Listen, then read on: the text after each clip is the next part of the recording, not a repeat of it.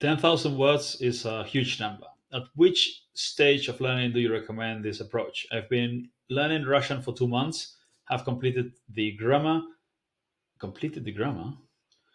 and have been exposed to over 1,000 words, 500 of which are familiar. I still find it very hard to remember new words. Yeah, Russian's not easy. Whether they are in the same in the sentences or books. Have you tried this method with your Russian? How's it going? So the 10,000 sentence list, 10,000 most common words with an example sentence for each one of them. I haven't done it for Russian yet, and I am planning to do it. I guess I understand maybe 70-80% of the vocabulary in the most common 10,000 words because I've been doing a lot of Russian for years. But my Russian is still not as strong as my German, for example. It's hard to learn vocabulary in Russian. I recommend using associations and a lot of them. I stopped doing it because I got lazy, or maybe because I got interested in other languages. I did a lot of memorization of associations at one point, and I learned a few hundred verbs, a few hundred adjectives, and so on for Russian, and my comprehension quickly improved. But the other main thing is listening, a lot of listening. If you memorize vocab and then do listening, both of them consistently, your comprehension will quickly improve. So the 10,000 word list, I will do it for Russian at some point.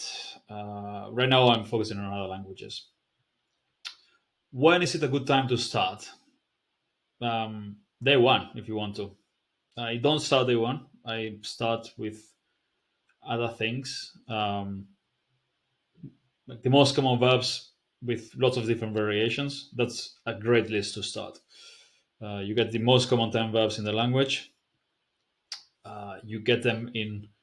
You get 100 sentences for each one of the verbs. Lots of different conjugations, tenses, yeah, past, present, future, I, you, he, she, us, we, and so on. So you get the verb in all its possible conjugations. That's the best list to start, in my opinion. That's 1,000-ish sentences, and there's a lot of vocab there as well in 1,000 sentences. But you learn really well how the grammar works, and you learn the most common verbs with that. And with that, you get to understand and speak the language a little bit. But you can start from the 10k. You can start from day one with the 10k list. It just at first, if you don't know any of the grammar, learning so many sentences is going to be challenging. You can start from day one because the words are in they order by frequency, right? So they start with the most frequent ones, and the more you move forward on the list, the least frequent they'll be. So using a space repetition app, you'll get the ones that you've been reviewing before, the most frequent ones. You keep seeing them; they keep coming back. So you learn vocabulary more or less by order of importance, at least by order of frequency. So it'll be good. By the time you're in number 5,000 or something like that, in a few weeks if you go fast, obviously. Yeah, you learn the first couple thousand. You'll be able to recognize them and also use them by the time you're in number 5,000, for example, because you'll have reviewed them many times. Also, you can listen to them, but there's no proper time to start with a 10k list. If you start much later, it's not a problem either. But the first couple thousand words from the list, you'll already know them, so it'll be kind of redundant.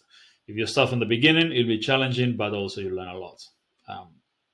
My advice is to get as much as possible. Maybe start with a smaller list. Honestly, if you find the 10,000 word list intimidating, or you combine them. You create two decks in Anki, um, and you focus on something else. the grammar list or the basic verbs or something like that, just a few hundred sentences, and you also do a little bit of the 10K every day. So by the time you're done with the basics, you know at least the first couple thousand from the 10K, and then you just have to keep advancing, keep moving forward, keep learning. That's it. There's no perfect order of doing things. It's also a matter of priorities. If you don't need to use the language soon, in daily life, you're not planning a trip to the country or anything like that, you don't need language islands that badly. Yeah, if you don't, if you don't uh, have to speak the language in your daily life. If you are planning to do that, then you should focus on your language islands first.